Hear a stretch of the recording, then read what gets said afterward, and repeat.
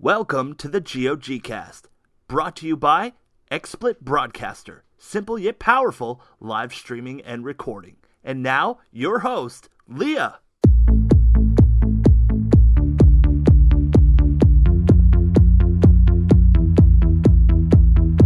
Hello and welcome to another Girls on Games podcast. My name is Leah. I'm your host for this evening, and this is episode number 59. Yep, we made it to 59. We're turning 60 next week. Pretty good. I think we're doing all right. Thank you all for joining us here this evening. Wonderful Monday evening. Guess you're wondering who all these fancy people are. As always, we've got Miss Cathlis sitting there with us. How you doing, my dear? I'm great. Yeah, your very first review just went online. Yeah. Which we will be talking about today. Super exciting. We've also got Graf. Hi, Graf. Hey, how's it going, people? You in a little while on the pod. I know. I'm still here. School stole you away from us. Yeah, it's stealing my soul. So Yeah. I'm still alive, yeah. That's okay, because like stuff from you has been popping up on the site left, right, and center. You did the Forza DLC. Yes. You did Street Fighter 5. did. You're working on a little Fallout 4 DLC. Yes, I am. So I'm still active. I'm just not, not present, but I'm still active. We'll steal you back every time and time again. Awesome. Force you to stop studying. Well, sometimes I need to stop studying. Yeah, you need a break every so often, right? That's what we're here for. Super. And we have the lovely Miss Tanya from Kitfox Games joining us today. Thank you very much, Tanya, for coming on the show. We really appreciate it. Hello, thank you so much. It's great to be on. Yay! So the review that Cathlis just put up is for your game Moon Hunters. Yes. So Cathlis really enjoyed it. And we're going to talk a lot about your game, your company. So you're the lead designer? Correct? Awesome. Cool. So we're going to get into talking about Moon Hunters, which Cathlis and Graf have both been playing. But I want to know what all you guys are playing right now. Tanya, are you playing something else besides your own game, or are you up to your eyeballs in game work? Oh yeah, no, I have to take some time off or else I'd go nuts. I'm actually playing the older Fire Emblem right now, Fire Emblem Awakening. I nearly finished it. A little bit more left. Oh, Look at that. Yeah. That's mostly what I'm playing right now. Although my partner and I are playing The Witness every few nights as well, like couch co-op single player. Yeah, are you enjoying that? Because I'm really pondering buying it once I can get through some of the other games I already have in my backlog. Yeah, we're really liking it. We're just taking it, an hour here, an hour there, and then when one person gets stuck, we pass the controller. It's good. Good. Sweet. Cathlis, what are you playing besides Moon Hunters? Yeah, I'm playing the new. No, not the new. The last expansion of The Sims. Oh. Or Get Together, who was released in last November, if I'm correct. So I had it from my birthday, so I tried it, and it's awesome. Nice. Yes. Happy belated birthday to Miss Cathlis. Yeah, happy birthday. Yay, everybody in chat. Wish Cathlis a happy birthday. She celebrated yesterday, along with lots of Easter chocolate. Yeah. And Graf, along with school and eating the chocolate you got sitting in front of you, what are you playing? Oh boy, man! First up, like you just said, I was playing Forza when I was reviewing the DLC, and once that was done, I switched to Fallout because I had the DLC to review. So I'm playing a lot of Moon Hunters. Yay! I'm playing about 7 hours in now, so I'm liking that a lot. I'm playing that. Cool. I'm knees deep into Division right now. I had to put it off for a week because Stardew Valley hit and other things, I was doing some Far Cry and that kind of stuff, and throwing in some Quantum Break streams in the middle of that. But yeah, Division's got me hooked. Hook, line, and sinker. You guys playing that one as well? I know Graf, did you get a chance to dive in at all? I'm level 5, so. You're level 5? Okay, we need to help you. We need to help you. I'm a baby. I'm a baby still now. You're a baby in the game. You just got into Manhattan. Right. Sweet. So want to remind you all, if you have any questions for us and for Tanya when the time comes, you can throw them in chat. Our team, wonderful podcast producer extraordinaire Simo is there in the background. He'll grab your questions and throw them in the Google Doc so I can keep track of them. I'm trying to put a Jigglypuff behind Cathlis because of the green screen. That's why. Really? You're trying to put a Jigglypuff behind her. That's very nice. Can everybody hear you talk when you're saying this right now? Yes, they can. Okay, good. Sometimes you talk just to us, and then sometimes you talk to everybody. Nope, so. everyone here can. That is the voice of God, also known as Simon. Also, just to let you all know, thank you very much to XSplit for sponsoring this podcast. If you're looking to stream games and to do stuff like this, like on Twitch, where we do group chats and hangouts and that kind of stuff, you can use XSplit Broadcaster to do that. Let's get into some news, guys, because I don't want to talk a whole lot about news because I do want to get straight into Moon Hunters and all the cool stuff to ask Tanya. But there's some crazy things that happened this past week, including rumors of a 4K PS4. They're calling it PS4 or PS4.5. Yeah. Yeah. I'm excited because I like new things and new tech and the ability to do 4K, but then I'm pissed off because I don't want something new because I'll have to buy something new. And my console is only, 2.5 years old. Graf, you currently do not have a PS4. Right. So does this intrigue you? Sure. And obviously, I mean, I'm a big fan of new tech as well. I like to buy new stuff. Right now, I only have an Xbox. Mm-hmm. I'm kind of looking maybe towards getting a PS4. And now with this rumor, I might wait for it. But yeah, for sure, I'm interested. But I mean, it's not the games. I mean, the games are now going to run at 4K, right? It would take like a beast of a machine to do that. So it's more for video. I think they want to be able to run games in 4K, and the other key too is to work better with PSVR.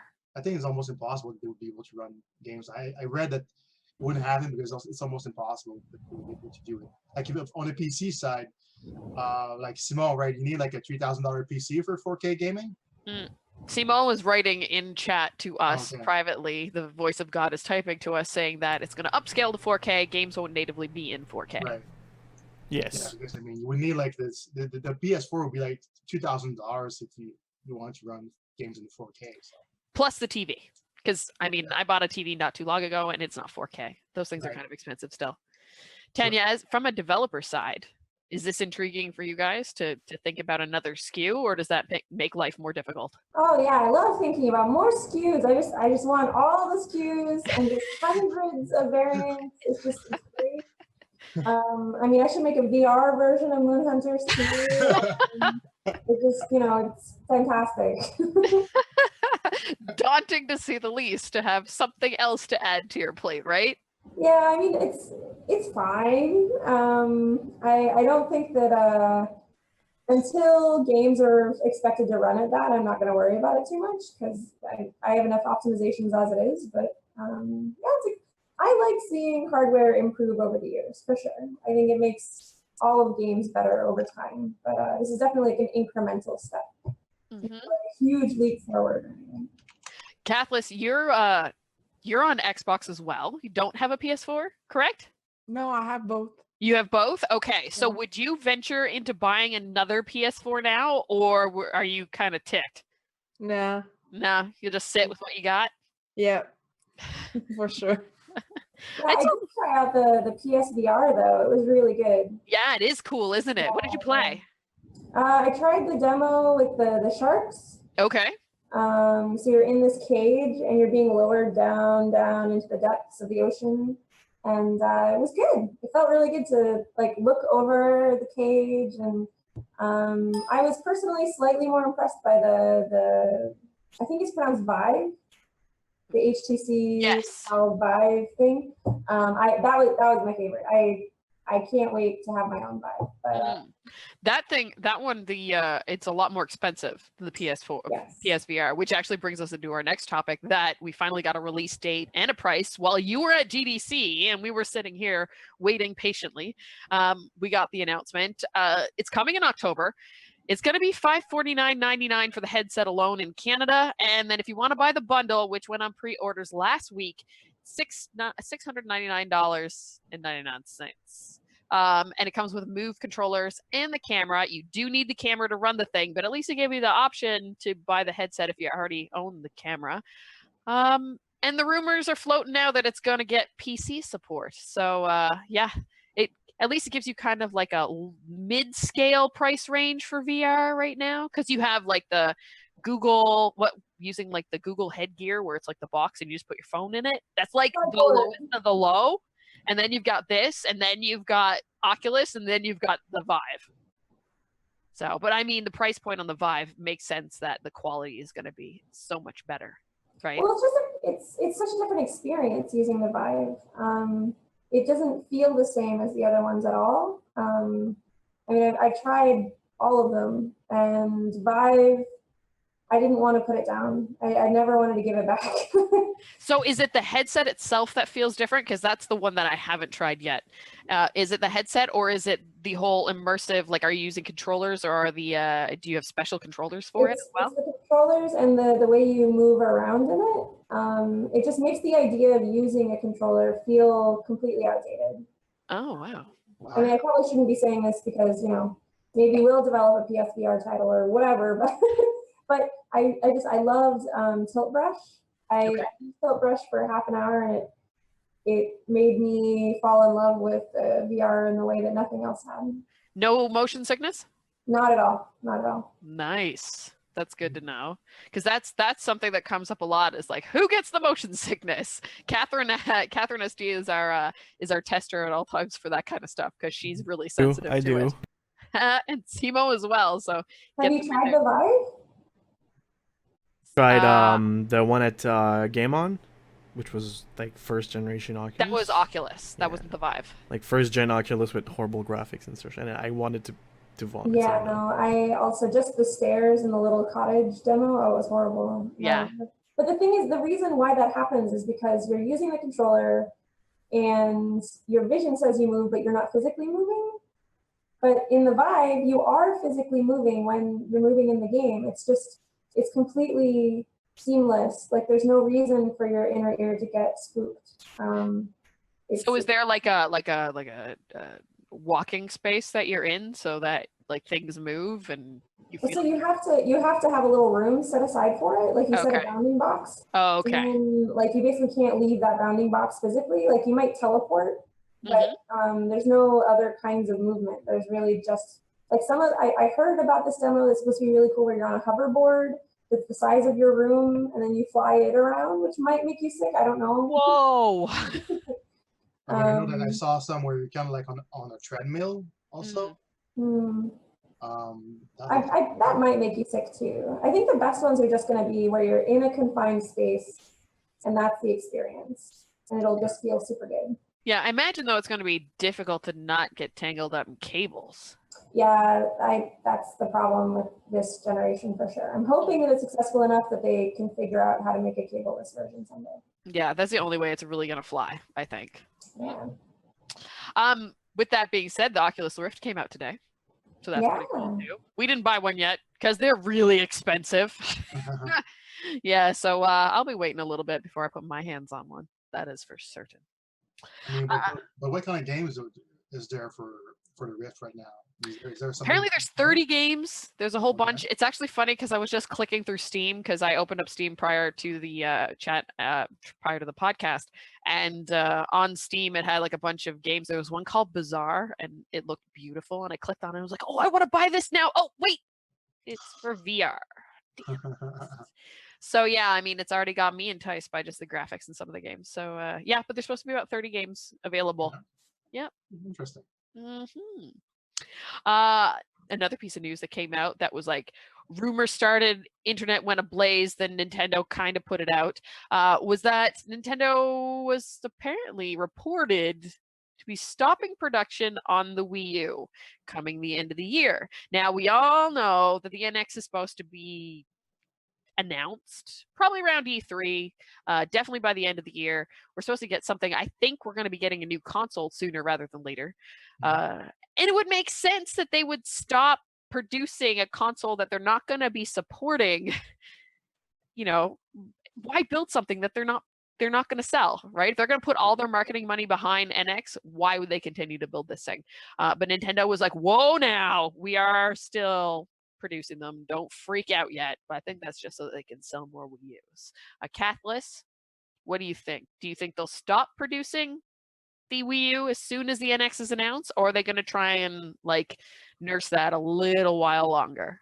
I think so, because I just got when I opened my Wii U, like all of the third parties apps are just not supported anymore. So I think it's like the beginning of the end a bit. And Nintendo said that a lot that the sales of the Wii U was pretty bad. So I think they have already built enough Wii U to last for a long time. So maybe that's why they are taking to stop the production, because they have enough. So I want one. I You want a still want a Wii U. Wii U? I mean, I think it's too expensive still for me. Like it's like 320 or something. Yeah, with our Canadian monies, yeah. Yeah, it's expensive, but if they could cut the price by like $100, And they might to liquidate. You Yeah. don't know. Like if they really want to get these things out and get people playing games in the last huzzah before the NX come out, if they did an E3 and they said, okay, NX is coming in November, but in the meantime, we're slashing the Wii U in half. Everybody would go and buy one. I would Do you buy know one what I because mean? I need my Zelda. You know, I You need need Zelda. my HD remakes of Zelda. So I would just get one for that. It's too expensive right now for me. No, Actually, if Zelda does come out for Wii U, and I were Nintendo, I just wouldn't announce NX at all at E3. I just push Zelda and then announce NX like the day after Zelda comes out. But the thing is, if you want a launch title to really sing on that new console, Zelda is the way to go, because everybody wants that HD Zelda game. That's true. It's true. I mean, I don't know what they're gonna do. I don't know if you guys remember for Twilight Princess back in the days. They actually released it on the GameCube and then also released it as a launch title for Wii U for the first Wii. Yeah.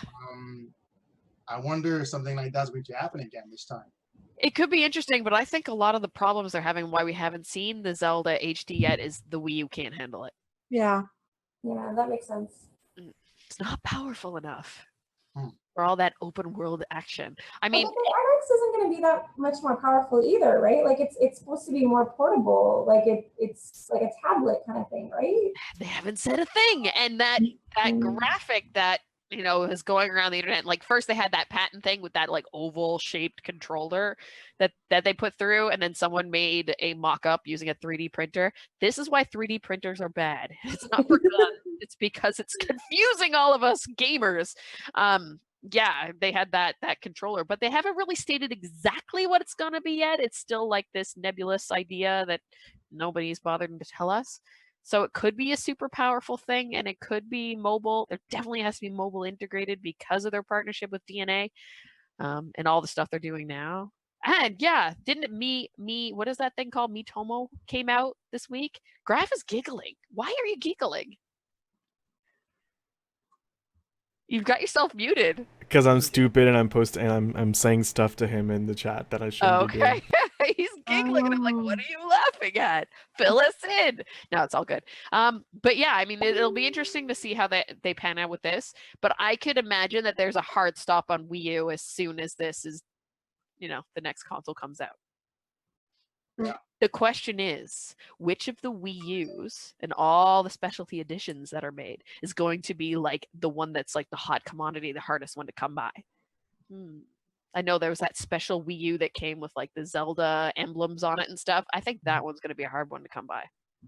I want that so bad. Well, if they do decide to stop making it, Graf, you're going to have to go track one of them down before they come like $1 gazillion. We'll see. I'm a poor student, so. Yeah, there's just too many consoles to buy and to play, and then VR, and then games. Poor credit cards. Poor credit cards. All right, so I think it's time to dive into Moon Hunters, because we've got Tanya here, who is the head designer from Kitfox Games, who produced and created and made the wonderful thing that is Moon Hunters. So we thank you very much for putting your creative stamp into the video game world. How is the process? How has everything been so far? You've launched the game maybe a few weeks ago now, I think, right? It's been 2.5 weeks. Wow. And I just want to clear up that I'm not the only creative person on the team or anything. Ooh, how big's the team? So we are 5 right now. Cool. 4 actually. Yeah, we're 4. But at launch we were 5, and we have 3 programmers and 1 full-time artist and me, and then also a part-time artist / community manager. Okay. Very cool. I mean, I don't do all of the designs. I'm the lead designer, which means that the programmers and the artists are also involved in some of the design work for sure. Cool. So was your idea the concept of the gameplay mechanic to start, and then you work with the designers and the coders in order to bring it all together? Right. So I came up with the game concept and the goal of the game and what the game's trying to do, what's the user experience we're trying to make. And then, I mean, I do most of the feature design as well, and like all of the writing and stuff. But the programmers, for example, I delegated like what exactly happens when you press the X button as the witch. Like what exactly is her attack? Like I know that I'm telling you I want the witch to be the powerful melee character, okay? But it's up to you how you do that. And so like we would work together on the design for that. Cool. So for those who are not familiar with Moonhunters, can you give us the 1-minute pitch of what is Moonhunters? Of course. It's a 1 to 4 player personality test RPG. And it's in ancient Mesopotamia, and it's procedurally generated every time. So it's a little game that you play together. It's almost like a party game. You can play it alone or with friends, but it's all about finding out what kind of a hero you are. Are you more of a cunning hero, more of a brave hero? And so you make little choices together, and you find out what kind of heroes you are. And then at the end of the game, it gives you your analysis and your myth for how you're remembered. And then you get a constellation in the night sky based on what kind of a hero you are. And then you play it again and you see a different world generated. Wow. I like that idea. That's the first time I've heard it being called a personality test RPG. Right. Yeah, me too. Yeah, that's cool. That makes a lot of sense now after proofreading the review. I get it now. Yeah, we for a while we were calling it like a mythology builder, but people got all these ideas about it being like 80 hours long, and I don't know, like they were way off somewhere else. So personality test RPG is the best descriptor probably. Right, and you kind of like differentiates it from other like games that people were comparing it to, like Diablo or Castle Crash or stuff like that as well. Yeah, I mean it has elements of a few different games. It's actually based on a prototype that my partner and I made together like 5-6 years ago, called Dungeons of Fate, and it was like just a little jam game we made in like a month. But it got like 30,000 downloads on TigSource, and so sometime later I was like, hey, that was a really fun little game. Let's make a real game. Sweet. Awesome. Is this your first foray into a full-fledged game? No. I've been working in the games industry for 10 years or so. I used to work at an MMO company, Funcom, on Age of Conan and The Secret World. Anarchy Online as well? Huh? Yeah, Anarchy Online? I was not on Anarchy Online. Oh, okay. No, but yeah, I joined right after Age of Conan launched, and helped out designing a bunch of features on those. And then we started Kitfox in 2013, and we made Shattered Planet and then Moonhunters. Very awesome. So what was the process like from start to finish? When did you start the concept of Moonhunters and then blow up to the point where you got started with the Kickstarter and then funded, and now you have a launched game? Well, we had heard about the Square Enix collective towards the end of 2013. So we were still finishing up Shattered Planet. Shattered Planet hadn't come out yet. We were really stressing out, but we knew Square Enix collective would be like perfect for our next game idea. So I was looking, and I actually reused some of our artists' like old portfolio pieces. They were like cool paintings that were really inspirational. We're like, yeah, this game, let's make this into a game. And so we made a game pitch based on that, and Square Enix really liked it. So we brushed it up more and made it an actual game pitch. But we put it up on the Square Enix Collective. Everybody loved it. It was a great success there. And so it was another 6 months or so. until we had the Kickstarter. And the Kickstarter did way better than we ever expected. So that was pretty great. And then it was a year and a half until we launched on Steam 2 weeks ago. Wow, that's pretty quick when you think about it. It is. Like, I mean, you think about some games, you know, I mean, part of it is because we're 4 people, so we're able to move a little bit faster than 1 or 2 person indie teams. But, you know, we still have some months ahead of us of making the game better and adding content, hopefully DLC, and PS4 version. We've also promised a PS Vita version. Ooh. So we'll be looking into that this summer. Okay. Very cool. Just looking into my notes, and you'd reminded me of something, and then it went in my head and out. Oh, okay, I remember now. So the Square Enix Collective, the first time that I heard that you guys were associated with them was at their E3 press conference last year. I kind of freaked when I saw the logo up on screen. I was like, oh my God, they're from Montreal. So you knew about them prior to actually starting the game and starting the Kickstarter. How did that interaction start out? How did you get involved with them? Well, so I just saw this announcement on gamasutra.com that the Square Enix Collective was going to exist. That was all it said. And I sent them a cold email. I didn't know anybody there. I was just like, can I pitch you a game? Because I've always loved RPGs. We're kind of an RPG company at this point, I think, looking at all our next game ideas too. So we're like, we know we can make a cool Square Enix game. And they were like, sure, send me a pitch. You have 1 week. So we had to put together something, actually, which is how this old portfolio art was getting used. Because we were still finishing up Shattered Planet, remember? It was crazy. And it was like Thanksgiving week. It was nuts. But we did it, and they liked it. So then it launched in their very first Square Enix Collective cohort in, I think it was January 2014. Wow. And Phil Elliott runs it. Phil Elliott is a really cool guy who just loves indie games and wants to help them out. And I don't know, in retrospect, maybe we should have published Moon Hunters with Square Enix. I don't know. I don't know. It seems like it fits, like everything that I know and played from Square Enix. It fits right in with their style of game and the type of game you expect from them.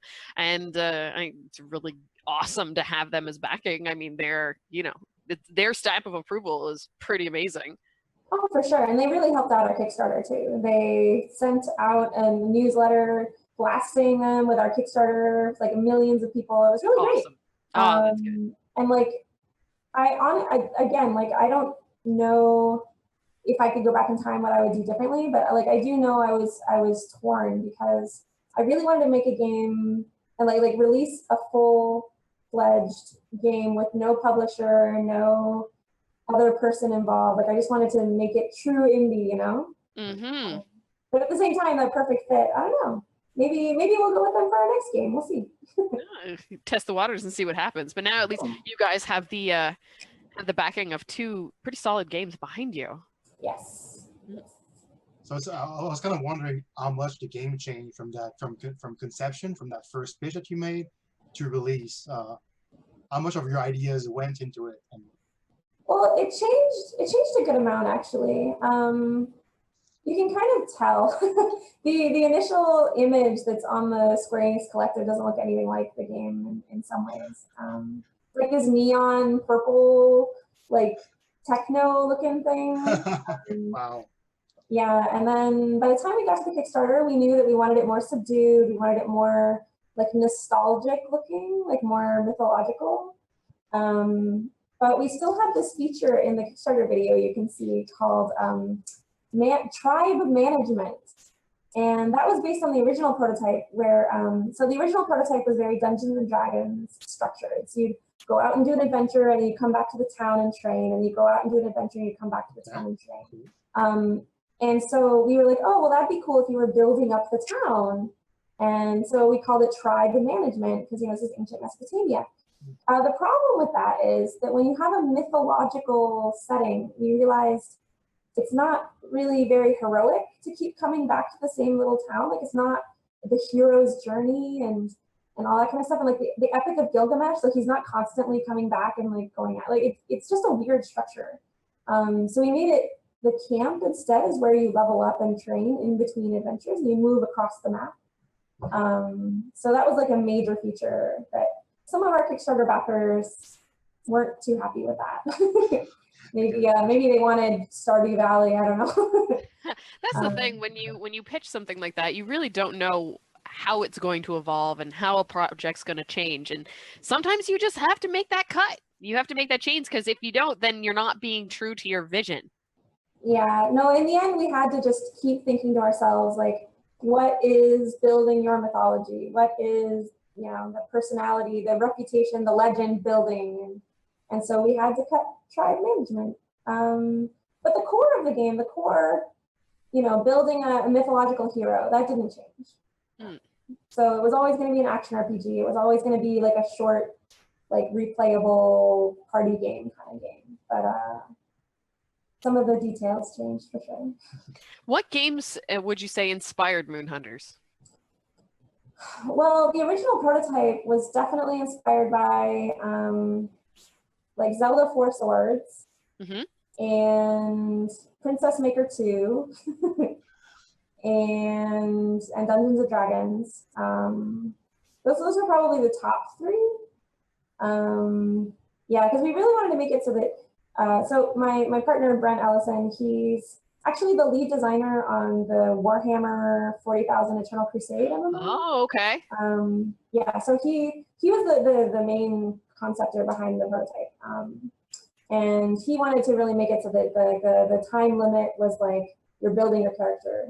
And so Moon Hunters also has that concept of like the impending doom is coming for you. You have to make your decisions and spend your resources, almost like a board game where you have, a certain number of turns. Yeah. But it was really more about like playing the game and then thinking about what would make the user experience more like a hero's mythology and then making it more like that. A lot of people asked us like, is it supposed to be more like Diablo? Is it more like Zelda? And we're like, it's more like Moon Hunter. Right. Yeah, that's always hard when people ask you to compare it to something. They want a base to know what to go in by. And I guess that's where we've been reading a bunch of the reviews that have come out, one from some local sites we read today. And I think that might be where some things got caught up. I mean, Cathlis and Graf both love it. I know Alice in Space is also playing it right now, and she's really enjoying it. But I think that's it, the misunderstanding when going into the game that confused people by trying to compare it to other things, which is very difficult. It's that, like, I think also there was a little bit of a communication problem with even just pixel art. I didn't realize this at first, but I think a lot of people see our pixel art. They see a little guy with a sword, swooshing it around, and they're like, okay, this is a 60-hour game. Like, they just automatically, like, 60 hours of monster killing. And it's not. It's really not. Like, I mean, honestly, Graf, you said you played about 6 hours. Right. Like, cool. Like that's good. That's enough. Like you're probably fine. I'll be honest. I feel like there's more content to it. I only scratched the surface. I finished it with 3 characters. I've unlocked all of the other ones. I haven't played with them yet. I feel like there's a hidden ending in the game that I haven't seen. I feel like I put in like another 6 hours for sure into it. Well, there is more content. It's just that it's never going to be 60 hours. Like we could keep adding DLC and keep adding like interesting more things over the years to come, and it would still be like really we just want you to have like an amazing little experience, and that's what we want. We don't want you to like lose your life. We're not making a division. Like I'm sorry. Yeah, but not all games need to be 60 hours long, No. I know. Place for something more compact. I mean, not even, as it turns out, pixel art games. Right, of course. Which I think actually coming out a couple of weeks after Stardew Valley might have hurt us a little bit too. Like a lot of streamers and YouTubers were just like Stardew Valley obsessed for a while. But maybe they'll remember Moon Hunters soon. But there's nothing you can do about that. That's just like the luck of the draw, right? You didn't know that their game was coming out then. Nope, or what it was going to be, or that it was going to blow up, right? So that slow build too. When you think about it, that how it just caught on after a while. The same thing could happen for your game. Yeah, and that's why we have to keep working on it. We have to keep, making it better, keeping it cool. Kathleen, I know you're the one that wrote our review, so I'm going to let you roll with a few questions. Yeah. Before I did my review, I spoke with friends who played the game, because I talk about the game to some friends, and they were pretty excited and just went and bought it. So and I find I was very surprised, because some of my friends played in co-op, couch co-op, and so I asked them like, oh, my first game was like 15 minutes. So I was live, I was on stream, and 15 minutes after we saw the credits. I was like, no, it can be. It's not the end. Oh my god! And my friends, they had like their first play was like 3 hours, and they were not even like half of the. They didn't even see half of the game. So I was like, what? So I played, I think like, I don't remember, like 50 times the game.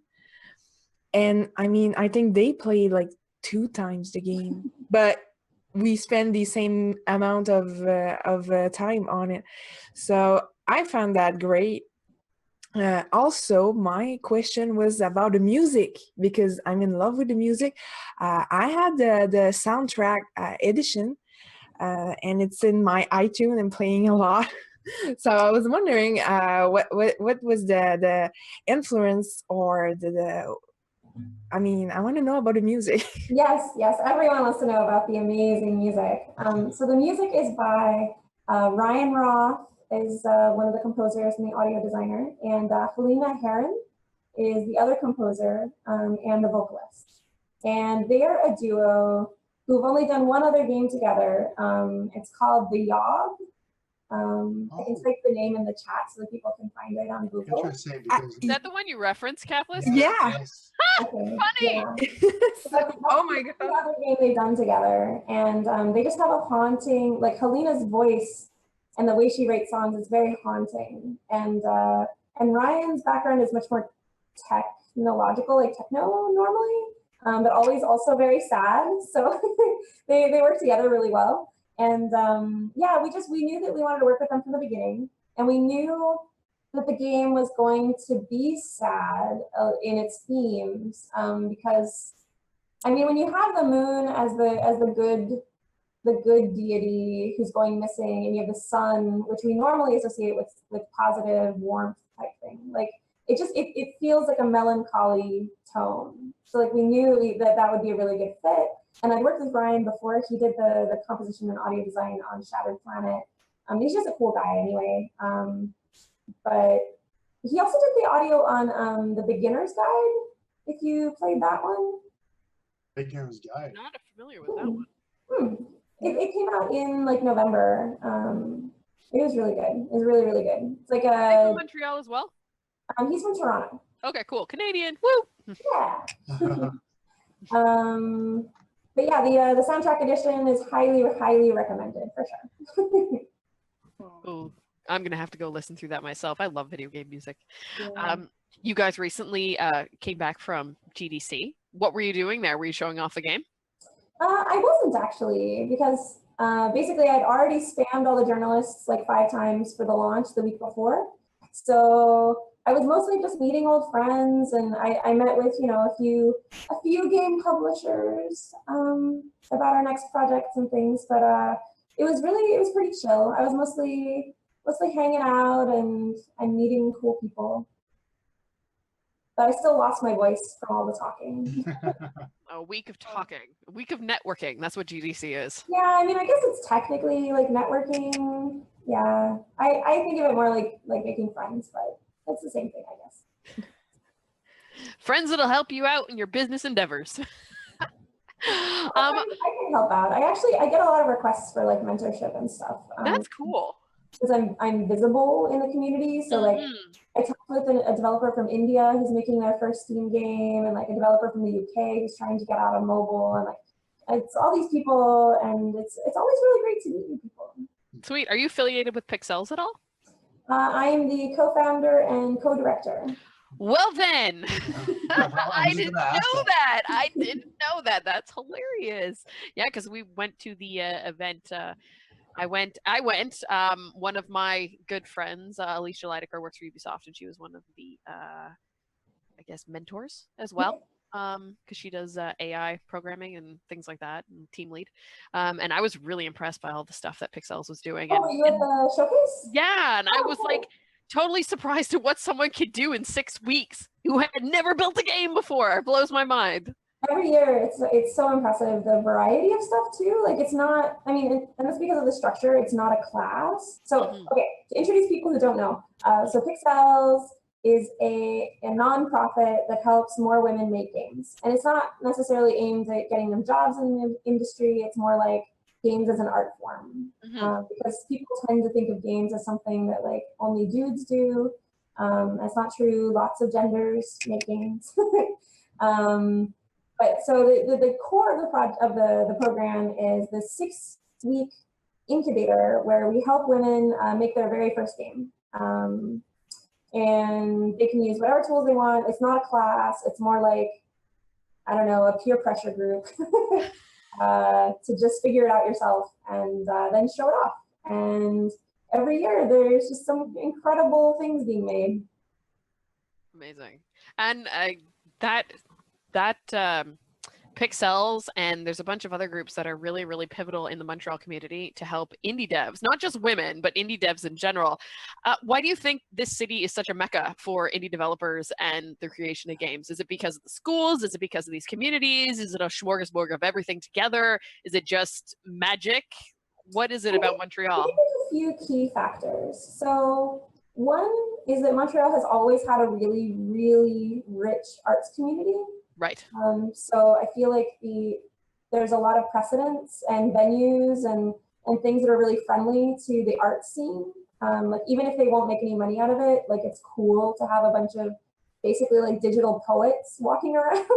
Digital poets, I love that. Like, I mean, I'm not saying that's what they call themselves. It's just like that's basically what you end up doing. Like, no, they need to call it that.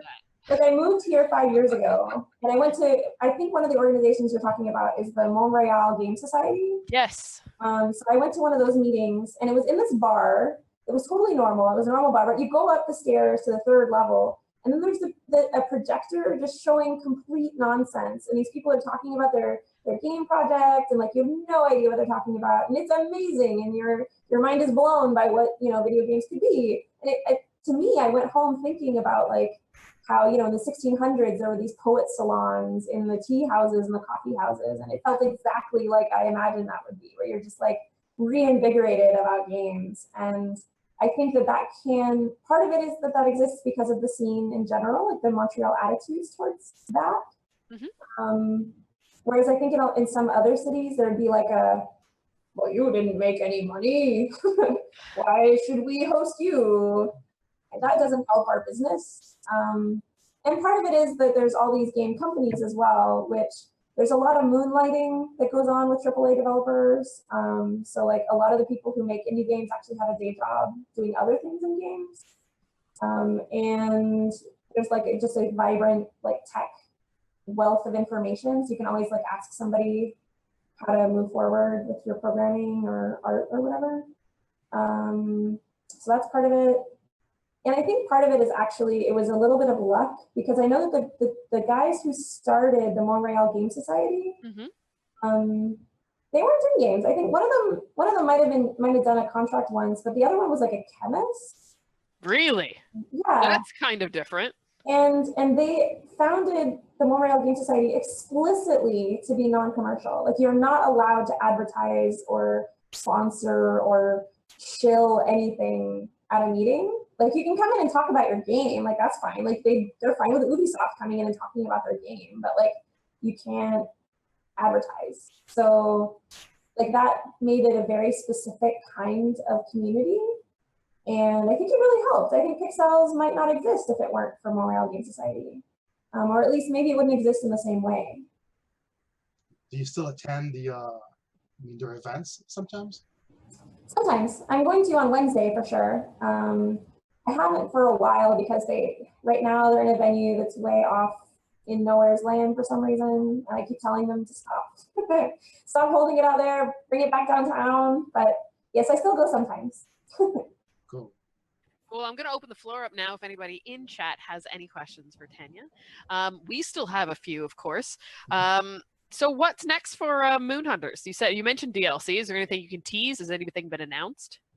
Nothing has been announced, and I can't tease anything because honestly, we have a lot of things we're really excited about. I know that the Steam forums are really excited about like an endless mode, but there's a lot of problems with that that aren't really obvious at first. I mean, balance is the first thing, but there's a lot of other problems too.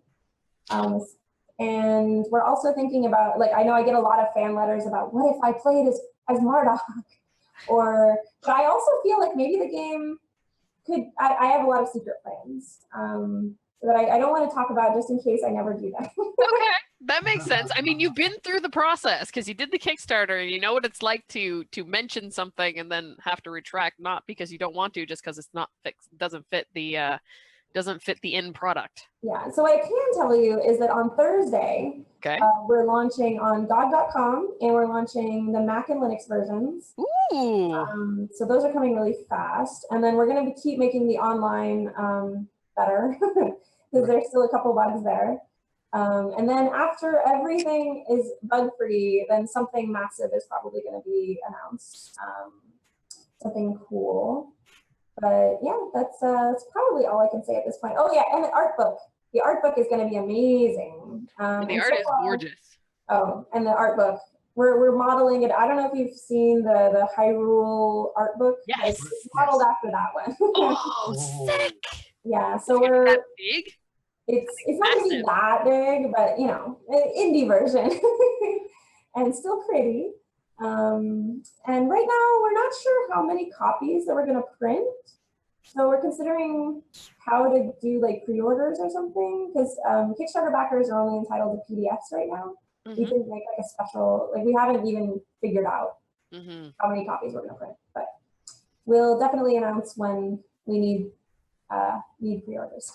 Okay, well, holler at us and we will pass along that good information to all the folks in our community so that they can go collecting a pretty art book. I'm sure they want to. And have a lunch party.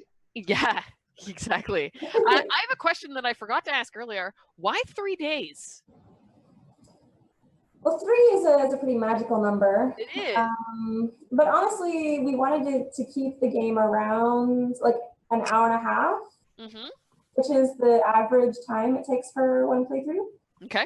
An hour and a half it's short enough that you can sit down with your friends and do it start to finish. But it's not so short. Like I'm actually worried about your 15-minute playthrough. I wanted it to be a little bit longer than that. No, it was my first with plural. I was not very good, and I was with the oh my god, the druid. Yeah, druid. Yeah. And it mode for sure. yeah, and it was not my my character, and so I tried all of the character obviously, and the witch is my one. So with the witch I was able to play, I mean, a normal game when I was used to it, when I get the flow with the game. So I was able to play like a normal thing. But my first like 1 or 2 were like 50 minutes. I was so bad. But because when you die your day ends. So yeah, that's true. So it's not the entire fault. Experience. I'm sorry about that. Oh, you know, it's funny because I found like that with the druid, the game was pretty easy because the druid is like a master of crowd control, right? So like he at one point, what do you get, like that upgrade that gives you like extra leaves? You're throwing 5 leaves at the same time, so you're hitting every enemy in the screen basically. So you can just drop a bunch of vines on the ground, back off a little bit, and just throw leaves at a bunch of enemies grouped up. So I found the game extremely easy with the druid, except when I got to the last boss, where all of a sudden the crowd control aspect doesn't work too well for him because you want to focus attacks, right? So and he's not super mobile. You got to transform into a wolf to move. So the last boss got me when I got to him with the druid. Good. Yeah, I know he got me, but then, I mean, for me, the character that I have a hard time with is the warrior character, the one that you have to get up close. Yeah. It's all He's the about most fragile. getting in and getting out, right? With him. So he's hard too. He's got to get in, like hit a couple of times, and then dash out all the time. And Yeah. Yeah, we're gonna be looking at a few balance things. I know it's funny because we get a few forum threads. We have one thread that's like the game is too hard, and then another thread the game is too easy. right. So, and the game designer's like, I was kind of surprised when I was looking at the achievements because on Steam there's more people who got the achievement for having killed the last boss than there are who got the achievement for dying to him. Which to me is kind of surprising because the first time you get to the last boss, you don't know what you expect. I mean, I know when I reached him with Catalyst, I played in co-op, my first game with her. Basically killed us really quickly, right, Kat? Yeah.